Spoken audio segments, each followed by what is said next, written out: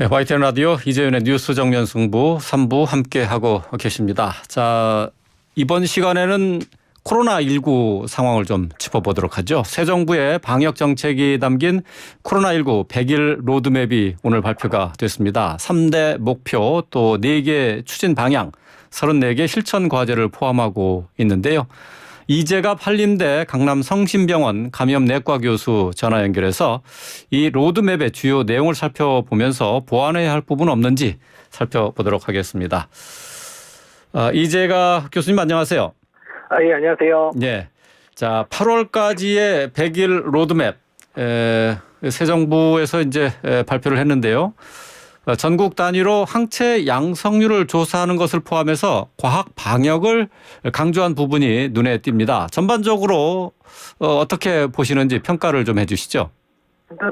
일단은 이제 인수위 차원에서 이제 그 100일 정도 특히 이제 오미크론 이후고 또한 이제 가을에 유행이 한 번 더 있을 거로 많은 전문가들이 예상하기 때문에 그 전까지 이제 올해 어떻게 이제 앞으로 코로나 방역을 할 건가에 대해서 발표하는 것 자체는 긍정적으로 생각은 하고 있고요. 그다음에 그 내용 중에 이제 과학적인 방역을 하겠다라고 얘기했던 부분은 특히 뭐 전국민 항체 조사와 관련된 조사라든지 또한 데이터 교류를 통해서 데이터 위주의 그런 방역들을 준비하겠다는 부분들은 뭐 일면 긍정적인 측면들도 있고요. 근데 다만 이제 그 발표 당시에 이제 이미 이전 정권에서 하고 있었던 방역 정책에 많은 문제점을 이제 뭐 말씀을 하시긴 하셨는데 사실 지금 나온 정책들도 어차피 그 이전 정책의 연장선상에 있는 정책들이 대부분이거든요. 그래서 어떻든 이제 방역 기조에 있어서 큰 변화는 있을 것 같지는 않다라고 생각을 하고 있습니다. 네.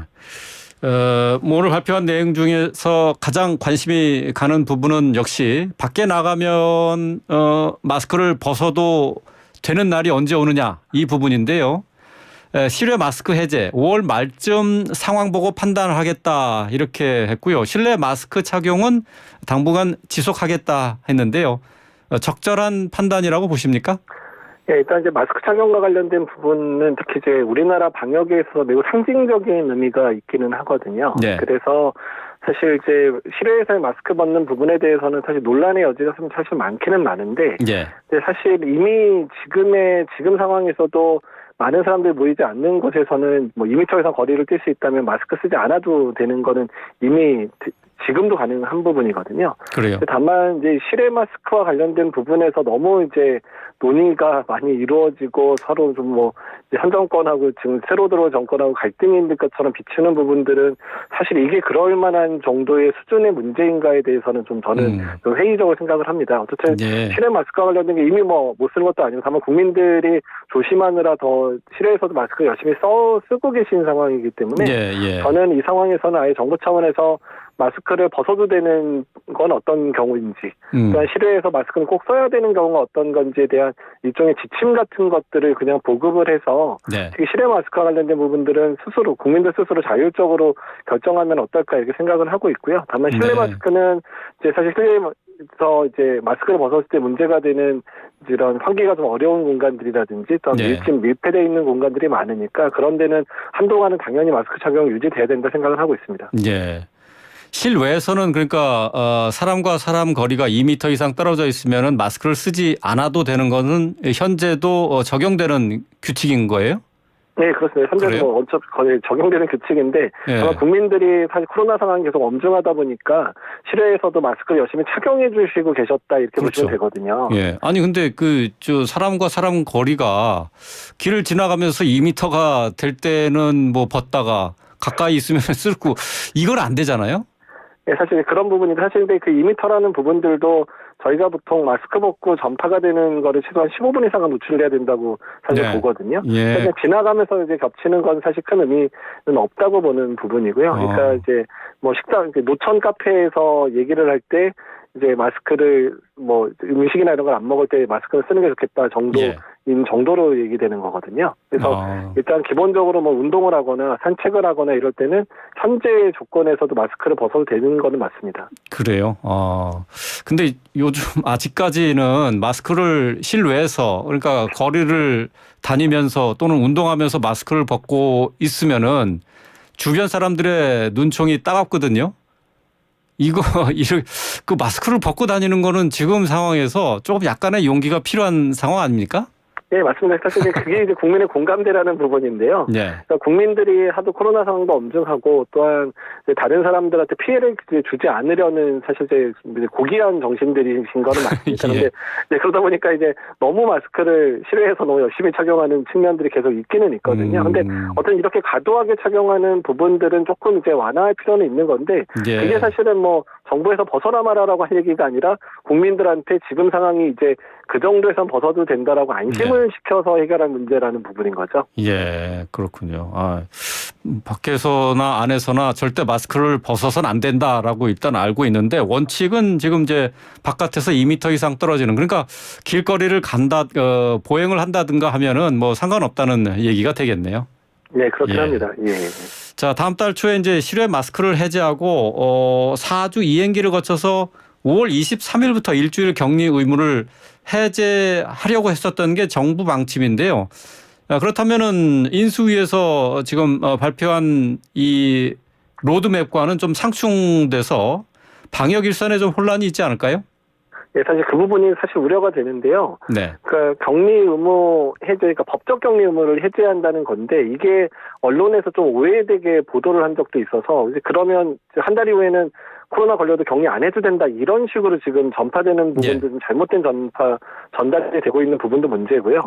그리고 법적 의무를 해제했었을 때 가장 큰 문제는 그러니까 취약계층들 있죠. 그러니까 본인이 아파서 쉬고 싶어도 예. 본인 뭐 일용직 노동자나 플랫폼 노동자들 같은 경우에 하루 쉬면 아예 월급 일당이 안 들어오게 되니까 이제 그런 이유 때문에 이제 일을 해야 되는 분들도 많고 또 네. 일부 회사들이나 이런 데 뭔가를 주지 않고 본인 휴가 써라 이런 식으로 하게 되면 또 문제도 되기 때문에 그렇죠. 그러니까 그런 부분에 대한 보완이 충분히 안 된 상태에서 법적 격리 의무를 해제해버리게 되면 정말 쉴 수 없는 사람들이 상당히 있기 때문에 그런 보완 대책을 충분히 마련하지 않고 나서 법을 그냥 고상이 문제가 있습니다.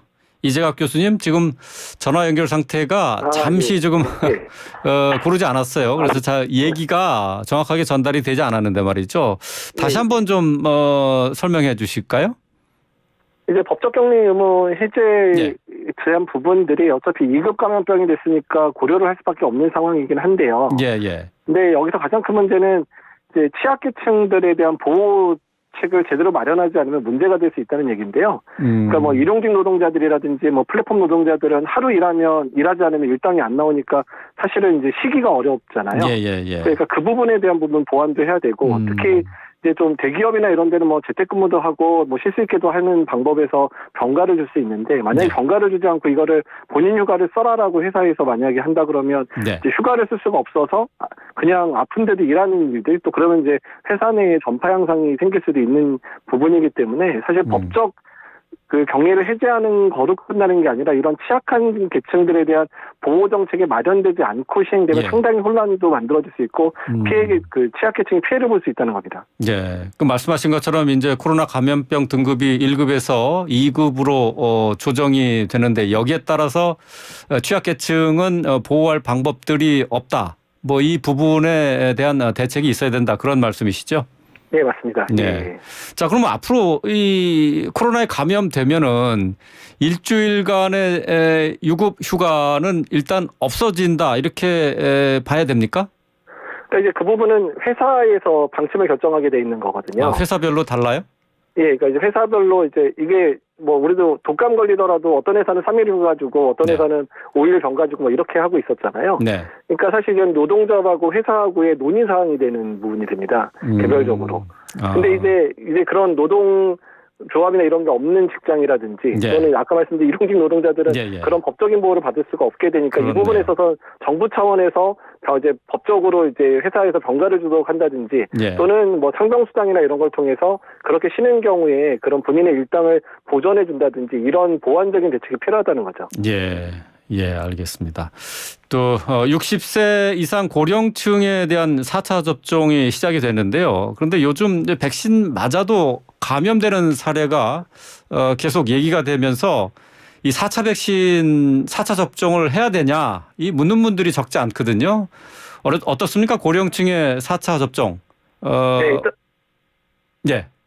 예, 일단 고령층의 4차 접종을 이제 시행하게 된 이유는, 그러니까 감염 예방 효과는 사실 한 10주 정도만 지나가도 이제 다시 떨어지게 돼서 감염 네. 예방 효과를 노리는 게 아니라 네. 일단은 중증 예방 효과랑 사망 예방 효과를 보는 거거든요. 예. 그래서 지금 4차 예방 접종을 이미 시행했던 뭐 이스라엘 같은 데서의 데이터를 보게 되면, 예.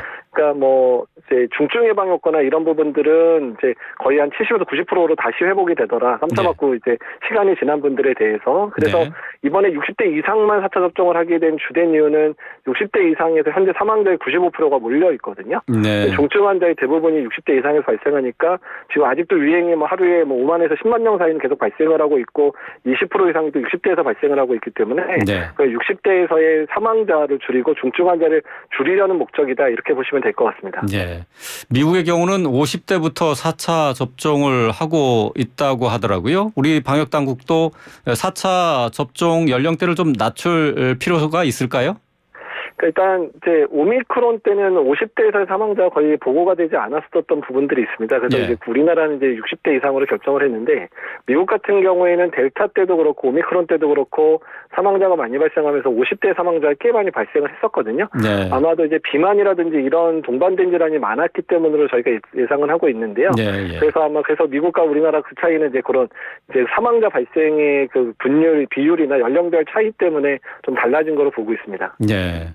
미국 같은 경우는 요즘에 대규모 재확산 뉴스가 없어요. 그런데 뉴스를 보니까 이미 미국 국민의 60%가 감염돼서 그렇다 하는 얘기가 있는데 이런 경우, 그러니까 우리나라도 그만큼 감염력을 갖고 있는 국민들이 좀 많지 않습니까?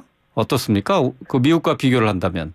네, 일단 우리나라는 이제 확진자가 이제 확인된 인원이 이미 1,700만 명을 넘어서기는 했는데요. 예, 예. 아마 숨겨진 감염자까지 따지면 우리나라도 아마 절반 정도는 감염이 되지 않았을까, 이렇게 예상을 하고 있기는 합니다. 그래서 네. 일단은 이제 특히 우리나라 같은 경우는 단기간에 이제 2월부터 4월 사이에 거의 대부분의 감염자가 몰려 있기 때문에, 예. 그러니까 아마 한동안은 이제 유행 상황이 뭐 심하게 악화되는 일은 없을 거라고 생각은 하고 있거든요. 예. 근데 다만 이제 감염이 되더라도 감염돼서 생긴 면역이든 백신에 의한 면역이든 뭐 3개월, 4개월, 5개월 넘어가기 시작하면 계속 그 예방 효과는 떨어지게 되거든요. 또 중증 예방 효과도 감소하게 되기 때문에 예, 예, 예. 더 많은 전문가들이나 이제 수학적 모델링을 하는 팀들 보면 9월 이후나 11월 이후에 우리나라도 새로운 유행이 있을 거다. 뭐 유럽이나 미국도 9월에서 11월에 이제 가을철에 유행이 한번 크게 있을 거다라고 예측하는 게, 예. 이미 감염됐거나 예방접종 맞은 사람들의 그런 면역 상태가 많이 떨어지는 것들을 고려해서 좀 저희가 예측을 하고 있는 겁니다. 예. 자연 면역 같은 경우는 어느 정도 그 항체가 유지되는 거예요?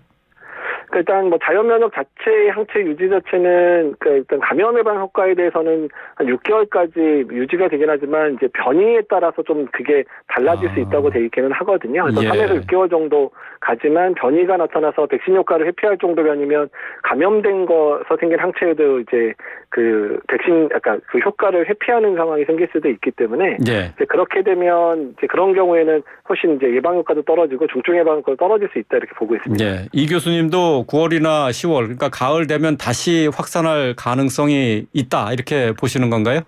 네, 그런데요. 그러니까 두 가지가 다 가능한데, 일단 네. 오미크론의 유행이 잠잠해지더라도 네. 오미크론만으로도 가을철에 한번 유행이 올 거라고 예상을 하고 있고요.